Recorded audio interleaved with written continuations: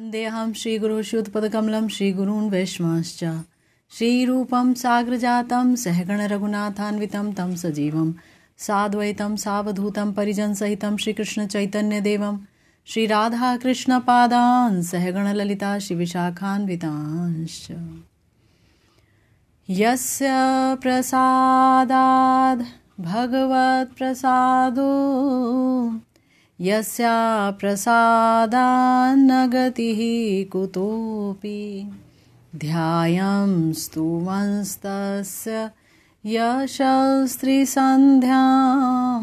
वन्दे गुरुः श्रीचरणारविन्दं नमो महावदान्याय कृष्णप्रेमप्रदायते कृष्णाय कृष्णचैतन्य नाम्ने गौरत्विषे नमः।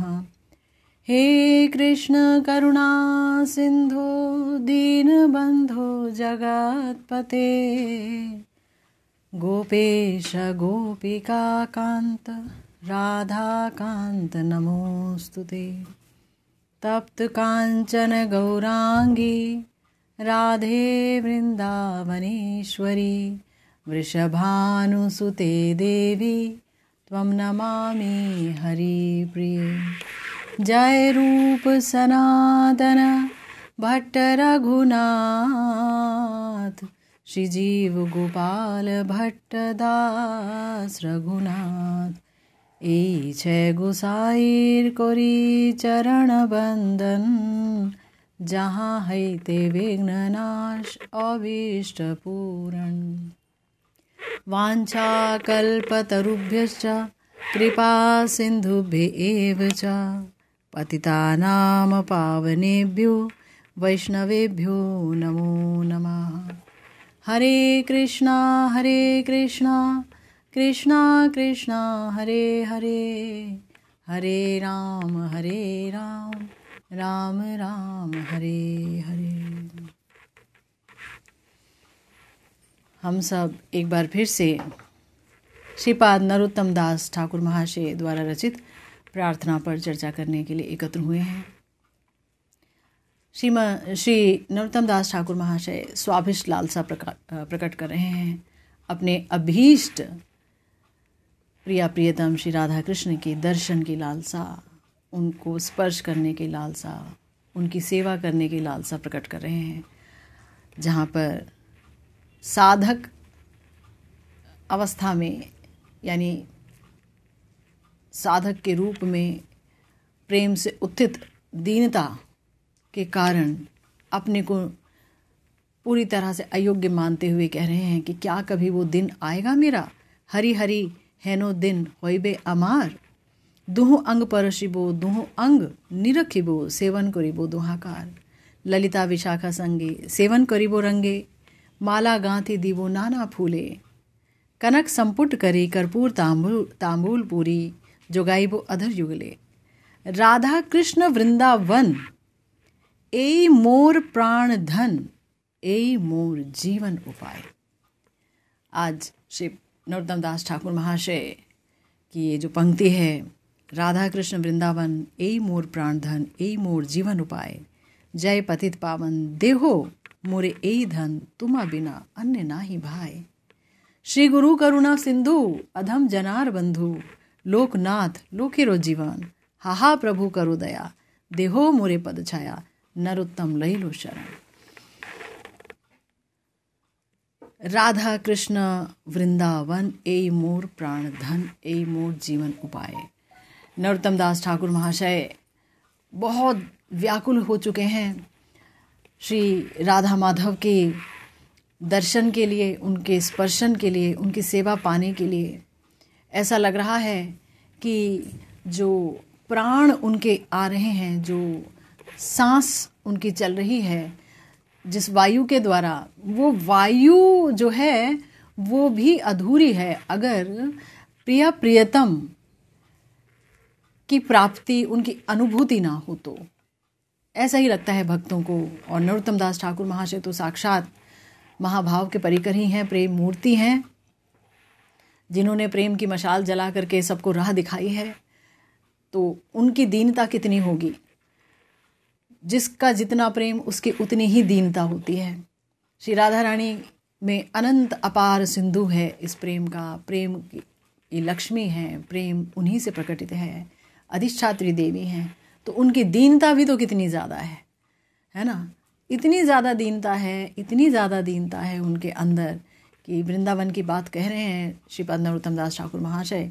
तो प्रिया जी जब चलती हैं श्याम सुंदर के साथ इसी वृंदावन धाम पर, और श्याम सुंदर से अगर विरह हो जाता है उनका, श्याम सुंदर को देखना चाह रही हैं, कहाँ मिलेंगे, कब मिलेंगे, तो बड़ी ही व्याकुल हैं। तो देखती हैं कि श्री वृंदावन धाम पर श्याम सुंदर के चरण चिन्ह अंकित हैं, चरण चिन्ह अंकित हैं। तो प्रिया जी एकदम उन चरण चिन्हों को देखकर कंप से भरपूर हो जाती हैं, कांपने लगती हैं और स्वेद युक्त हो जाती हैं, पसीना पसीना हो जाती हैं और कहती हैं कि ये वृंदावन की जो भूमि है ये कितनी महान है कि इन्होंने सौभाग्य पाया है अपने वक्ष स्थल पर श्री कृष्ण के चरणारविंदों के चिन्हों को पाने का, है ना। और तब कुछ कुछ ईर्ष्या भी हो जाती है वृंदावन की उस भूमि से कि वो सोचती हैं, मतलब एक बड़ी ही सुंदर बात हमारे आचार्यों ने लिखी, वो सोचती हैं कि अरे ये जो वृंदावन की भूमि है, इनको ये सौभाग्य मिल गया कि श्री कृष्ण के चरणारविंदों को ये स्पर्श कर पाई और मुझे ये सौभाग्य नहीं मिला। अगर हम ब्रज की धरा ही होते तो बहुत अच्छा था, है ना। और कहीं कहीं से ईर्ष्या होती है कि अरे ये तो लक्षिता नायिका की तरह दिख रही हैं, ये वृंदावन धाम लक्षिता नायिका की तरह दिख रही हैं, यानी कि श्री कृष्ण के द्वारा जो है श्री कृष्ण का इनसे मिलन हुआ है और वो मिलन चिन्ह ये अपने श्री विग्रह पर धारण किए हुए हैं और मैंने उसी नायिका को अभी देखा है, उसी नायिका के दर्शन किए हैं। तो लक्षिता नायिका से थोड़ी सी ईर्ष्या भी हो जाती है और कहीं से लगता है कि अरे हमारे अंदर तो कुछ बात नहीं है कि कृष्ण को हम देख पाएँ, श्री कृष्ण की हम सेवा कर पाएँ, हमसे तो अच्छी ये वृंदावन की भूमि है ना। तो दीनता बहुत अधिक उत्पन्न हो जाती है भक्तों में। नरोत्तम दास ठाकुर महाशय की यही दीनता है जहाँ पर वो कहते हैं कि क्या ऐसा मेरा भाग्य होगा कि मैं जो है अपने प्राण प्रियतम श्री राधा माधव का दर्शन कर सकूं।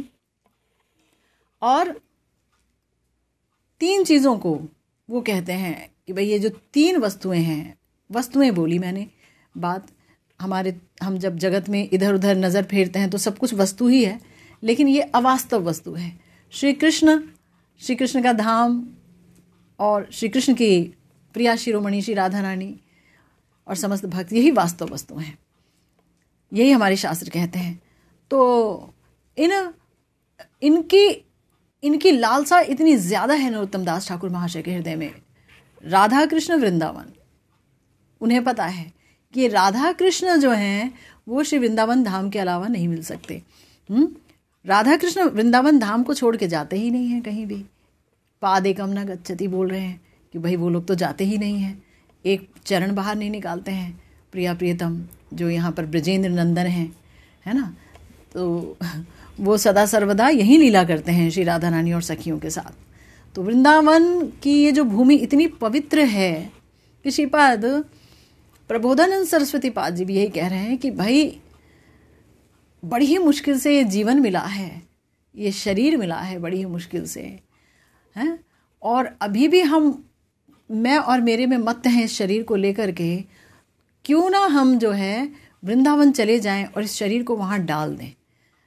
इस शरीर को वहाँ डाल देंगे तो आज नहीं तो कल वृंदावन कृपा करके, वृंदावन की भूमि धाम की जो कृपा होगी हम पर, तो हमें प्रिया प्रियतम की वो लीलाएं ज़रूर देखने को मिलेगी, अनुभव में आएंगी, अनुभव होगा, दर्शन होगा, जागृत अवस्था में, स्वप्न अवस्था में, स्फुरण अवस्था में, किसी भी तरीके से दर्शन होता चला जाएगा।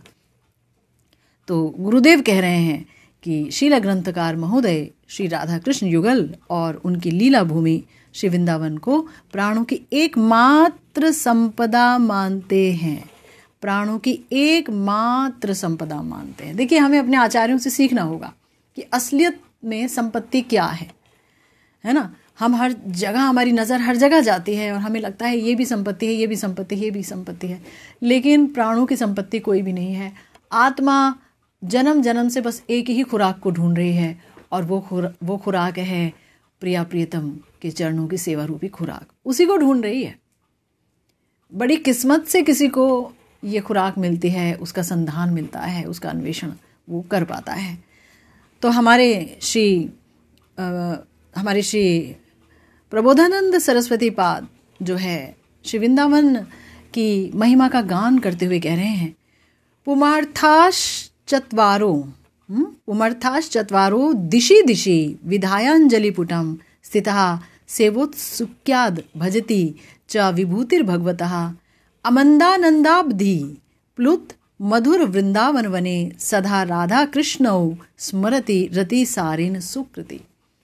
बड़ी सुंदर बात कर रहे हैं श्री प्रबोधानंद सरस्वती पाद, जो कवि प्रकाशानंद सरस्वती जी थे। अगर उनसे कोई ये कहता कि भगवान और उनका विग्रह और उनकी लीलाएं, उनके भक्त, इन सब की बात होती तो वो इस चीज़ को यही सोचते कि सब कुछ जो है, भगवान तो वही ब्रह्म है पर माया का शरीर धारण किया हुआ है और इसीलिए जो है अनेक लीलाएं करते हैं, फिर माया ही हावी रहती है ना। मतलब ये इतनी बुरी हालत थी। लेकिन देखिए ना, गौरांग महाप्रभु कैसे कृपा करते हैं। गौरांग महाप्रभु ने कृपा की और प्रकाशानंद सरस्वती जी के अंदर ये बोध जागृत हुआ कि नहीं, श्री राधा कृष्ण ही सब कुछ हैं, गौर हरि ही सब कुछ हैं। और चले आए श्री वृंदावन धाम में और महाप्रभु की कृपा से ही धाम ने भी उन पर कृपा की और धाम का असली स्वरूप उन पर प्रकट हुआ। वैसे तो वो जो है तत्वतः तुंग विद्या सखी हैं और श्री गौरहरि की कृपा से मंजरी भावोपासना जैसा रस उनको प्राप्त हो गया। तो उन्होंने ये कहा, पुमर्था चत्वरो दिशि दिशि विधायांजलि पुटम, यानी कि निरतिशय आनंद समुद्र में निमग्न मधुर श्री वृंदावन में जो पुण्य आत्मा प्रेम पूर्वक श्री राधा कृष्ण का स्मरण करता है तथा धर्म अर्थ काम मोक्ष ये चारों पुरुषार्थ हाथ जोड़कर चारों ओर से उसकी सेवा करने के लिए उत्साहित खड़े रहते हैं और भगवान की विभूतियां भी उसका भजन करते हैं, यानी उसका आश्रय लेते हैं। मतलब इतनी बड़ी बात हो गई। निरतिशय आनंद समुद्र में निमग्न मधुर वृंदावन में जो पुण्य आत्मा, इसमें दो बात हो गई कि जो श्री वृंदावन धाम है ये तो मधुर रस की भूमि है, प्रियतम जी के मधुर रस की भूमि है। अनेकानेक उनके विहार होते हैं, प्रेममय विहार होते हैं। काम का तो यहाँ प्रवेश ही नहीं है, इसे यहाँ कुछ कलुषित हो ही नहीं सकता, कुछ कलमश है ही नहीं, जिसका नाम लेने से सारे पाप ताप और इंद्रियों की दूषित प्रवृत्तियाँ समाप्त होती चली जाती हैं। वो स्वयं जब आनंद घन विग्रह, जब प्रेम घन विग्रह से मिलित होता है, उनके साथ विहार करता है, महाभाव स्वरूपणी श्री राधा रानी जो कि इतनी निगूढ़ तत्व हैं, इतनी निगूढ़ तत्व हैं, गुरुदेव कहते हैं कि वो इतनी निगूढ़ तत्व हैं कि उन्हें तो कृष्ण भी आर पार नहीं जान पाते हैं। तो जीव जान लेगा बोला है तो जीव की कोई हैसियत नहीं उनको जानने के लिए। तो निरतिशय आनंद समुद्र में निमग्न है श्री वृंदावन धाम। क्यों? क्योंकि वहाँ प्रिया प्रियतम अपनी प्रेममयी लीलाओं को प्रकाशित करते हैं श्री वृंदावन धाम में ही। और जो श्री वृंदावन धाम का आश्रय लेकर के यहाँ पर भजन करता है प्रिया प्रियतम का, तो वो स्वयं भी निरतिशय आनंद समुद्र में डूब जाता है ना। मान लीजिए कोई समुद्र के किनारे ही वास कर ले, तो समुद्र की जब लहरें उठती हैं तो वो लहरें जो है उसकी कुछ बूंदें तो पड़ती ही हैं ना शरीर पे। इसी तरह से कोई श्री वृंदावन धाम में, श्री राधाकुंड धाम में ही वास कर ले, तो प्रिया प्रियतम जिस भूमि पर विचरण कर रहे हैं और श्री राधा रानी के चरणों से जो महाभाव की अनंत धाराएं बह रही हैं और उन अनंत धाराओं से सिक्त है गीली है ये वृंदावन की भूमि, तो इसका अर्थ यह है कि यहाँ का प्रत्येक रेणु, प्रत्येक रजकण प्रिया जी के महाभाव से सिक्त है, उसको कैरी करता है महाभाव को, है ना। श्याम सुंदर के चरण चिन्हों से अंकित है यहाँ की भूमि, तो बड़ी दिव्य अति दिव्य है। तो जो कोई यहाँ रह रहा है तो वायु के साथ ही ये रज उड़ती है और उनके ऊपर पहुंच जाती है। वो रज से यहाँ की रज का इतना महत्व है, इतना महत्व है कि ठाकुर जी स्वयं यहाँ पर पादुका धारण नहीं करते हैं, प्रिया प्रियतम पादुका धारण नहीं करते हैं, और तो और श्याम सुंदर इस रज के प्रति इतने ललायित हैं, इतने ललायित हैं कि वो खुद जब ब्रह्म विमोहन लीला हुई तो वो ढेर सारे गैया के बछड़े बन गए और उन्होंने यहाँ घास खाई 1 वर्ष तक, रज का आस्वादन किया। मैया ने वहाँ रज खाने से रोक दिया कि मिट्टी खाते हो, तो उन्होंने कहा ठीक है दूसरा तरीका अपनाएंगे, और उन्होंने रज का आस्वादन किया, धराधाम पर कृपा की। तो ऐसा श्री वृंदावन धाम जहाँ पर अनंत लीला पारावार में डूबे हुए हैं हमारे युगल किशोर, शुद्धाते शुद्ध निकुंज केली को प्रकाशित कर रहे हैं।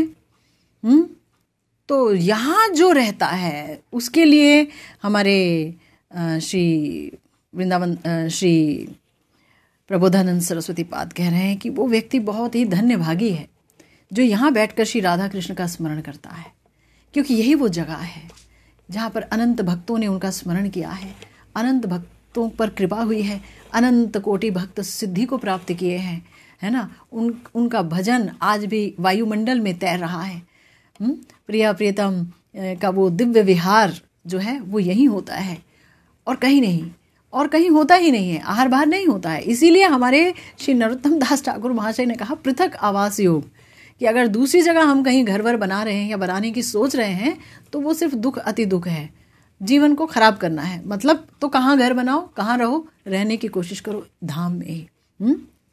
तो बोला अगर कोई ऐसा कर पाए तो धर्म अर्थ काम मोक्ष, ये 4 पुरुषार्थ हाथ जोड़कर खड़े होते हैं भक्त के आसपास कि हमें स्वीकार कर लो, हमें स्वीकार कर लो, हमें स्वीकार कर लो, है। उसकी सेवा करने के लिए उत्साहित रहते हैं और भगवान की अनेकानेक विभूतियां भी उनका आश्रय लेती हैं, भक्त का आश्रय लेती हैं कि आपको कितना कितना अनुभव हो रहा है, हमें भी आप आश्रय दो, ताकि जो है हम भी इस लायक बन सकें कि हमें भी ऐसी अनुभूतियां कभी हों।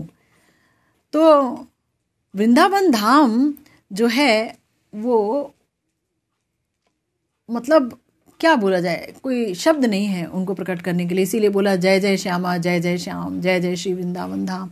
हमारे श्रीपाद नरोत्तम दास ठाकुर महाशय भी देखिए अभी क्या कह रहे हैं कि मुझे 3 ही वास्तव वस्तु में चाहिए, वृंदावन धाम और राधा कृष्ण।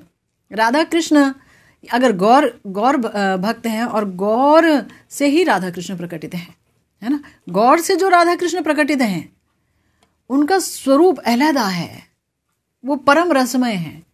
गौरांग महाप्रभु परम रसमय है, राधा कृष्ण परम रसमय है, क्योंकि गौर ही राधा कृष्ण है ना। इसीलिए हमारे जो है श्री प्रबोधानंद सरस्वती पाद बड़ी सुंदर लीला का यहाँ पर दर्शन करते हैं और कहते हैं ददाना तांबूलम प्रियतम मुखेन्दौ सपुलकम मुदा प्रेयोदत्तम मधुर मदति चर्वितमपि ततः किंचिदावाप्यति दैत्यदासी विवशया न्यत्सौ वृंदारण्य लसति मम जीवस्य वसति। देखिए क्या धाम निष्ठा है हमारे सरस्वती पाद की। काशी में रहा करते थे, 10,000 से ज़्यादा इनके सन्यासी शिष्य थे, लेकिन अगर उन्हें भी कोई बताता कि महाशय एक दिन आप वृंदावन धाम में रहेंगे, और जिनके बारे में अभी सोचते भी नहीं हैं, कहते हैं कि इनका कीर्तन कोई कर रहा है तो भावुकों का काम है ये कीर्तन आदि करना, आप स्वयं श्री राधा कृष्ण के गुणगान करते हुए कीर्तन करते हुए अघाएंगे नहीं, आपकी जुबान सिर्फ राधा कृष्ण का गुणगान गाएगी, तब शायद वो क्या विश्वास कर पाते? नहीं कर पाते, क्योंकि भगवत तत्व भी तो अपनी सर्वज्ञता शक्ति को छोड़ करके चले आते हैं धीरे धीरे। अब रूप सनातन जी वो प्रिया जी की मंजरियां हैं, एकदम क्लोज मंजरियां हैं, क्या वो जानती थी? मतलब उनका ज्ञान आच्छादित था। महाप्रभु ने जब चाहा खोलना तो खोल दिया, प्रकाशित कर दिया, लो भाई तुम ये हो, देखो सब कुछ प्रकाशित हो गया। हाहाकार मच गया, रूप जी का हाहाकार मच गया, सनातन जी का हाहाकार मच गया, रघुनाथ दास गोस्वामी जी हाहाकार कर उठे, सारे गोस्वामी प्रिया प्रियतम के दर्शन के लिए इसी वृंदावन धाम में जगह जगह ढूंढते फिरते थे। तो हमारे प्रबोधानंद सरस्वती पाद जो हमारे प्यारे प्रिय आचार्य हैं, उनको महाप्रभु की कृपा से दर्शन प्राप्त हो रहा है साक्षात, जहां वो देख रहे हैं कि पुलकित देह से प्रियतम के मुख चंद्र में तांबूल अर्पित करती हुई, है ना, पुलकित देह से श्री किशोरी जू जब श्याम सुंदर का दर्शन करती हैं, उनकी सेवा करती हैं, तो सदा सर्वदा सात्विक भावों से विभोर रहती हैं। और श्याम सुंदर की भी यही अवस्था होती है, क्योंकि प्रेम में यही अवस्था होती है ना। काम में ये अवस्था नहीं होती, प्रेम में होती है। तो पुलकित देह से प्रियतम के मुख चंद्र में तांबूल अर्पण करती हैं, और प्रियतम अपना मधुर चर्वित तांबूल उनके मुख में अर्पण करते हैं, प्रिया जी के मुख में। वो थोड़ा सा उसको भक्षण करती हैं, खाती हैं, और फिर थोड़ा सा भाग खा करके प्रिया जी अपनी अति प्रिय दासी के मुख में डाल देती हैं। इस प्रकार मेरे जीवन की रक्षा बसती स्थली श्री राधा श्री वृंदारण्य में विलास कर रही हैं। ये है विलास भूमि, है ना, ये है, अन्यत्र नहीं है ऐसी सुविधा, ऐसे स्मरण की सुविधा। इसीलिए नरोत्तम दास ठाकुर महाशय कह रहे हैं कि वृंदावन, राधा कृष्ण, यही मेरे जीवन के संपद हैं। गुरुदेव इसी बात की व्याख्या कर रहे हैं, कह रहे हैं कि देखिए, धन संपदा ही सुख स्वच्छंदता के साथ जीवन निर्वाह का और भोगों का एकमात्र उपकरण मानी जाती है। जिसके पास जितना धन उतना भोग कर सकता है, भोग करके क्या कर लेगा, है ना, समय वेस्ट हो जाएगा, टाइम वेस्ट हो जाएगा भोग करके। लेकिन भौतिक व्यक्ति के लिए धन ही सब कुछ है, जितना उसके पास पैसा होगा उतना ही वो प्रसन्न होगा। इसी प्रकार से श्री राधा कृष्ण और श्री वृंदावन धाम ही नरोत्तम दास ठाकुर महाशय के प्राणों का धन है, अर्थात युगल माधुरी और श्री वृंदावन माधुरी। वृंदावन के बारे में आपको बताया ना कि उनका जो एक तृण भी है, एक तृण, वृंदावन धाम की तो बात जाने दीजिए पूरी की पूरी, उनके एक तृण के सामने भी श्याम सुंदर अपनी लक्ष्मी जी को त्याग देते हैं, समस्त सुख को त्याग देते हैं, सबको त्याज्य समझते हैं। एक तृण की ये कीमत है, वृंदावन के एक तृण की। इसीलिए ब्रह्मा जी हों चाहे उद्धव जी हों, सब यहाँ पर कहते हैं कि आप हमें तृण बना दीजिए, गुल्म बना दीजिए, लता बना दीजिए, कुछ भी बना दीजिए, ताकि ये रज हमारे ऊपर पड़ती रहे, महाभाव कैसे सनी हुई ये रज हम पर पड़ती रहे, हम जान पाएँ प्रेम का स्वरूप, वृंदावन धाम की कृपा मिले, प्रिया प्रियतम की लीलाओं को हम देख पाएँ। पर गुरुदेव कहते हैं, कहते तो हैं वो, लेकिन देख नहीं पाएंगे। क्यों नहीं देख पाएंगे? गुरुदेव कहते हैं, बहुत ऐसी बात कहते हैं गुरुदेव, कहते हैं ब्रह्मा जी हो या फिर उद्धव जी हो, ये ऐश्वर्य भाव के परिकर हैं। और जैसे कि एक घड़ा है, मतलब एक घड़ा है, वो पक चुका है, कलर लग चुका है उसमें, अब आप क्या, वो घड़ा बोले कि मुझको तोड़ करके आप जो एक छोटा सा जग बना दो, दिया बना दो, तो क्या हो सकता है? घड़ा तो टूट जाएगा, चकनाचूर हो जाएगा, उसकी प्रवृत्ति नहीं जाएगी, उसका नेचर नहीं जाएगा। लेकिन अभी कच्ची मिट्टी है, कोई कच्ची मिट्टी है, अब उसको ढालना है तो वो ढल जाएगा। तो गुरुदेव कह रहे हैं कि ये जो कलिहत जीव आत्माएं कच्ची मिट्टी हैं, अभी इनके भक्ति के संस्कार वैसे नहीं हुए हैं, इनको ढाला जा सकता है, ये ढल जाएंगे, ये किंकरियां बन जाएंगी। लेकिन जो ऑलरेडी भगवत परिकर हैं ऐश्वर्य भाव के, वो उनको नहीं किया जा पाएगा, है ना। तो कितनी बड़ी बात बोली है गुरुदेव ने, और ये मैंने सुना था उनके एक पाठ में। और यहाँ पर बोल रहे हैं गुरुदेव कि देखो, जिनके पास धन या भोग संपद नहीं होता वो भोग सुख तो प्राप्त नहीं कर पाते हैं, किंतु सामान्य रूप से या दुख दरिद्र के साथ ही वो जीवन धारण किए रहते हैं। परंतु श्री ठाकुर महाशय तो वृंदावन धाम और श्री राधा कृष्ण के बिना जीवन धारण ही नहीं कर सकते। यानी कि जिनके पास पैसा वैसा है वो तो भाई बहुत भोग कर लेते हैं, जिनके पास पैसा नहीं है तो कोई वो थोड़ी आत्महत्या कर लेते हैं, वो जिंदगी को चुन लेते हैं कि ठीक है हम जिएंगे, गरीबी सही, फटा पुराना ही सही, जी लेंगे हम किसी तरह, मृत्यु कबूल नहीं है। लेकिन यहाँ नरोत्तम दास ठाकुर महाशय ने कहा नहीं नहीं, मुझे जीना ही कबूल नहीं है श्री वृंदावन धाम और श्री राधा कृष्ण के बिना, है ना, मैं उसे स्वीकार नहीं कर सकता, असंभव है। इसी प्रकार श्री राधा कृष्ण और श्री वृंदावन ही उनके प्राण धारण का एकमात्र अवलंबन है, इसके बिना वे जीवित ही नहीं रह सकते। गुरुदेव कह रहे हैं गौड़ीय वैष्णवों की राग मार्ग की उपासना है। विधि मार्ग के भक्तों की तरह शास्त्र शासन या नरक आदि के भय से यहाँ भजन नहीं होता।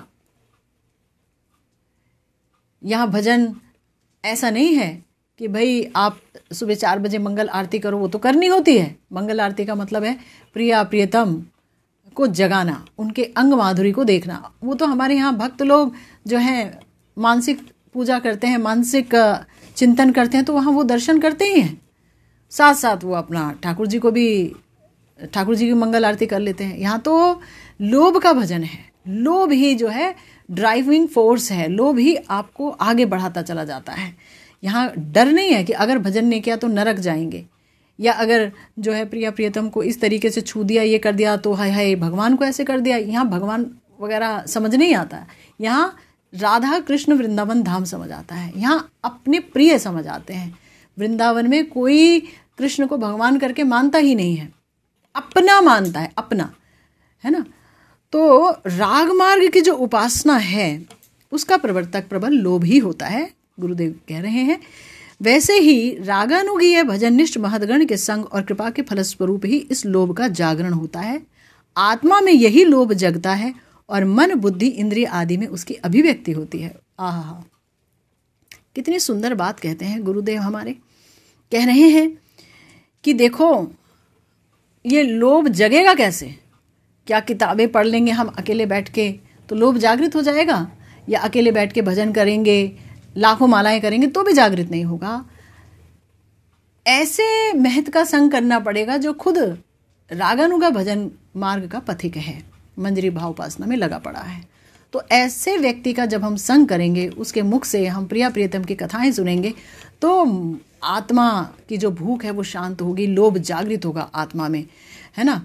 तृष्णा जो यहाँ वहाँ की मची पड़ी है सब निकल जाएगी और एक ही तृष्णा जागृत होगी, एक ही जगह फोकस होगा, वो है मुझे राधा रानी की दासी बन करके जीना है, मुझे यही अभिमान चाहिए, मुझे इसके अलावा कुछ नहीं चाहिए। जब व्यक्ति का के आत्मा में ये छाप पड़ जाएगी तो समझ लीजिए कि भजन अब शुरू हुआ। और जब तक ये छाप नहीं पड़ेगी तो हमें खुद ही सोच लेना चाहिए कि अभी भजन क्या शुरू हुआ है, नहीं हुआ तो हरि नाम कर रहे हैं तो क्या हमें मिलेगा, नहीं मिलेगा। गुरुदेव कहते हैं बिना लोभ के, बिना हाहाकार के, बिना आरती उत्कंठा व्याकुलता के अगर कोई कोटि कोटि जन्म भी भजन करेगा तो भी वो ब्रजेंद्र नंदन को नहीं पाएगा। ये गुरुदेव कहते हैं, ये हमारे आचार्य कहते हैं। आरती उत्कंठा हमारी सखी मंजरियों के चरणों में, हमारे रूप सनातन आदि गुरुवर्ग के चरणों में, है ना। तो आत्मा में गुरुदेव कहते हैं कि जब कृपा हो जाती है तो लोभ उत्पन्न हो जाता है, और आत्मा में ये लोभ जगता है। जगता कहाँ है? इंद्रिय में नहीं जगता है, आत्मा में जगेगा और इंद्रियों में और बुद्धि में अभिव्यक्ति होगी। बुद्धि बस एक ही चीज को सोचेगी बार बार, मैं श्री राधा रानी की दासी हूँ, इसके अलावा मैं कुछ नहीं हूँ, बस उनके अलावा मुझे कुछ नहीं चाहिए, कुछ नहीं चाहिए। अब ये सेवा, अब ये सेवा, अब ऐसी सेवा, ऐसा कर पाती और सुखी कर पाती, सोचेगी। इंद्रियां जो है वही देखना चाहेंगे, कान उनके बारे में सुनना चाहेंगे, मुंह उनके बारे में बोलना चाहेगा, है ना। नाक जो है वो प्रिया प्रियतम की सुगंध को ही सूंघना चाहेगी। अब हम साक्षात तो देख नहीं सकते हैं, तो गुरुदेव कहते हैं नहीं देख सकते हो क्या, तुमको चित्रपट दे दिए हमने, उन्हें देखो, उन्हें देखो, आँखों को वहाँ शांत करो। जैसे महाप्रभु जो हैं वो जगन्नाथ भगवान को देखते हैं, जगन्नाथ जी को देखते हैं श्री कृष्ण के रूप में, और वहाँ वो क्रंदन करते रहते हैं, वो भी वहाँ जा करके इन्हीं आँखों से उनका दर्शन करते हैं, है कि नहीं।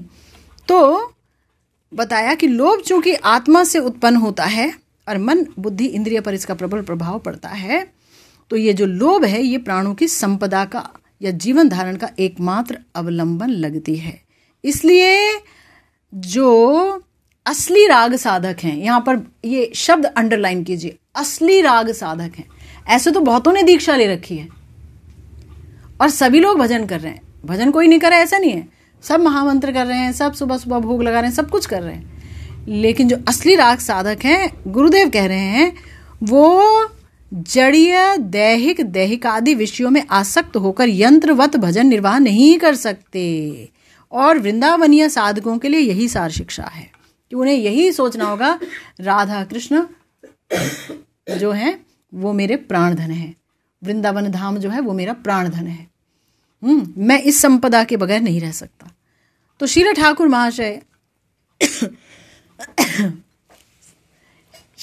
महाशय अपनी इस अभिलषित सेवा के लिए अपने अभीश श्री राधा कृष्ण और श्री वृंदावन से प्रार्थना कर रहे हैं। क्या कह रहे हैं कि मुझे आप दर्शन दीजिए। अचानक उनके अंदर दीनता उत्पन्न होती है।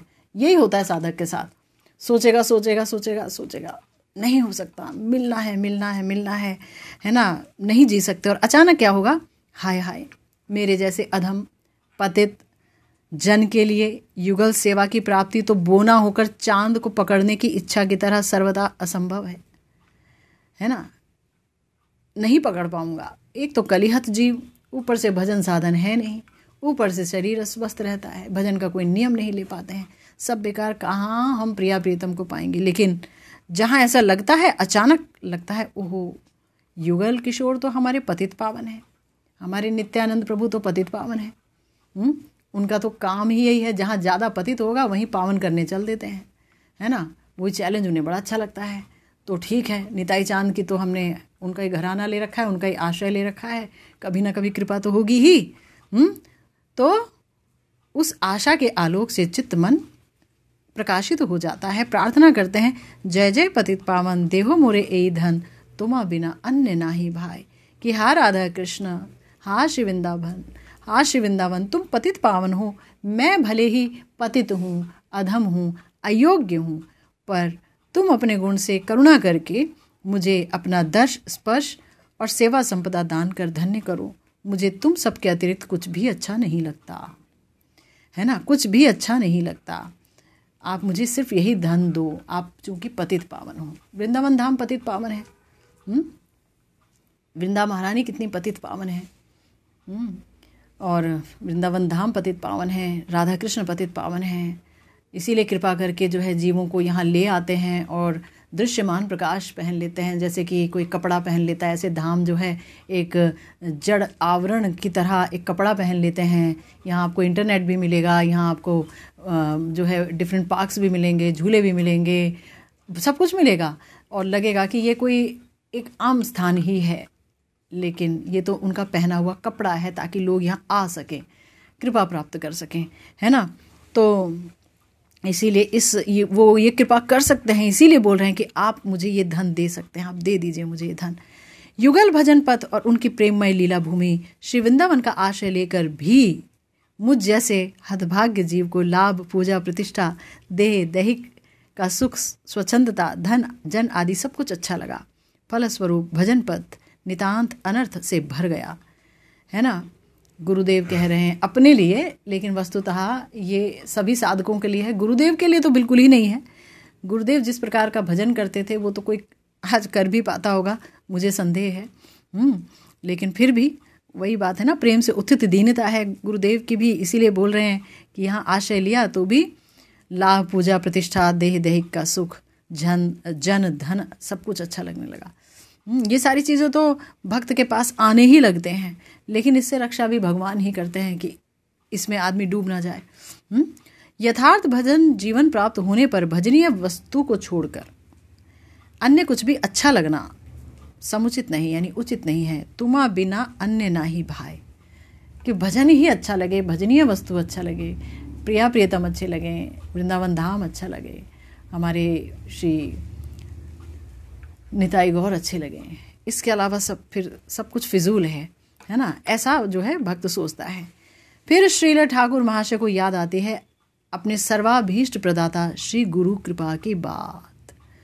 गुरु कृपा की बात, ओहो, कि भाई मैंने सब जगह तो बोल दिया आप मुझ पर कृपा करना, आप मुझ पर कृपा करना, लेकिन इनकी कृपा गुरु कृपा के बगैर हो ही नहीं सकती है। गुरु कृपा ही आधार है सब चीज़ों की, गुरु कृपा ही केवलम। इसीलिए बोला उन्होंने क्या कि हे गुरुदेव आप मुझ पर कृपा कीजिए, है ना।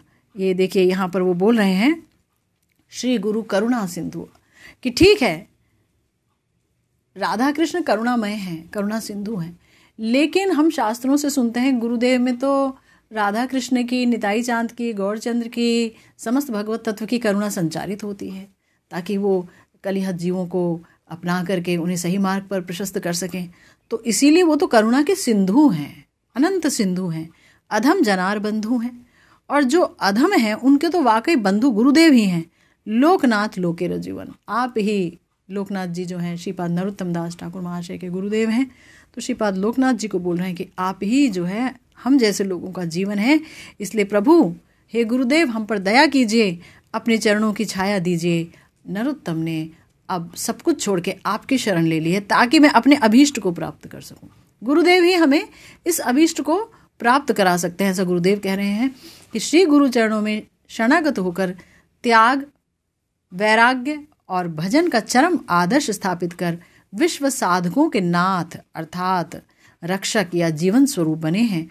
उन्हीं सार्थक नाम और गुरु लोकनाथ प्रभु के पाद पद्म कल्पतरु की छाया में आश्रय चाहते हैं, है ना। श्री गुरु चरणों में ही शरणागति ली थी आपने कल या परसों सुना, 5 तारीख को आपने सुना, 5 नवंबर को, कि कैसे लोकनाथ गोस्वामी महाराज जो हैं वो दीक्षा नहीं देना चाह रहे थे, लेकिन नरोत्तम दास ठाकुर महाशय ने कैसे उनकी अनुपम सेवा की। वो नहीं चाहते थे तो भी करते रहे और द्रवित हो गया लोकनाथ जी का हृदय उनके ये सेवा देख के कि राजा का बेटा और इतने आराम से रहने का आदि, लेकिन कहाँ रह रहे हैं मुझे जो है गुरु के रूप में धारण करने के लिए, और क्या निकृष्ट सेवा कर रहे हैं, है ना। तो उनको बड़ी दया आई और शरणागति उन्होंने दी। तब शुरू हुआ नरोत्तम दास ठाकुर महाशय का असली भजनमय जीवन, त्यागमय जीवन, वैराग्यमय जीवन, और उन्होंने अपने भजन का चरम आदर्श स्थापित किया। और हमारे जितने भी जो साधक हैं उनके आदर्श बने हैं, उनके रक्षक बने हैं, उनके जीवन स्वरूप बने हैं श्रीपाद नरोत्तम दास ठाकुर महाशय। उनकी श्री प्रेम भक्ति चंद्रिका अगर कोई पढ़ ले और उससे सीख ले ले तो जीवन में कभी भी डगमगा नहीं सकता है, उसे अपनी मंजिल ध्रुव तारे की तरह सुस्पष्ट नजर आने लगेगी, है ना। इसीलिए कहा कि हे प्रभु, हे श्री गुरु करुणा सिंधु, हे अधम जनार बंधु, आप जो हैं सबके जीवन हैं, मेरे जैसे पतित के जीवन आप हैं, आप ही मुझे पावन कर सकते हैं। आपकी शरणागति लिए बगैर मैं अधूरा हूँ, कहाँ जाऊँ। तो इसीलिए आप दया कीजिए कि आप मुझे अपने चरणों की छाया में रख लीजिए। देखिए कहा गया है कि कृष्ण अगर रुष्ट हो गए तो गुरुदेव फिर भी रख सकते हैं और कृष्ण को मना सकते हैं, पर अगर गुरुदेव रुष्ट हो गए, पर वो तो करुणा सिंधु हैं, जनरली वो रुष्ट होते नहीं हैं 99%, लेकिन अगर कोई हो ही गया भयंकर कार्य और रुष्ट कर ही दिया तो फिर कृष्ण भी नहीं रख पाते। इसीलिए जो हमारे प्यारे श्री नरोत्तम दास ठाकुर महाशय हैं वो कह रहे हैं कि आप अपने चरणों की छाया दीजिए, देहो मोरे पद छाया, है ना। क्योंकि वो प्रेम कल्पतरु हैं गुरुदेव, तो उनके छाया जो है सुशीतल है ना। नरोत्तम लई लो शरण, नरोत्तम ने शरण ले ली, है ना। ये तो शरणागति जो है श्री गुरु चरणों में वस्तुतः वही मूल मंत्र है जहाँ हम अपनी स्वाभिष्ट लालसाओं को सुसिद्ध कर सकते हैं, पूर्ण कर सकते हैं। आगे भी नरोत्तम दास ठाकुर महाशय एक बहुत सुंदर प्रार्थना कर रहे हैं प्रभु के आगे, जिसको हम जो है जिस पर हम विचार करेंगे, जिसकी चर्चा करेंगे। तो श्रीमन महाप्रभु ने चाहा तो वो चर्चा होगी कल। आज की भागवती कथा यहीं विश्राम लेती है। जय जय श्री राधे श्याम, श्री गुरु निताई गौर सीतानाथ प्रेमानंदे, हरि हरि बोल।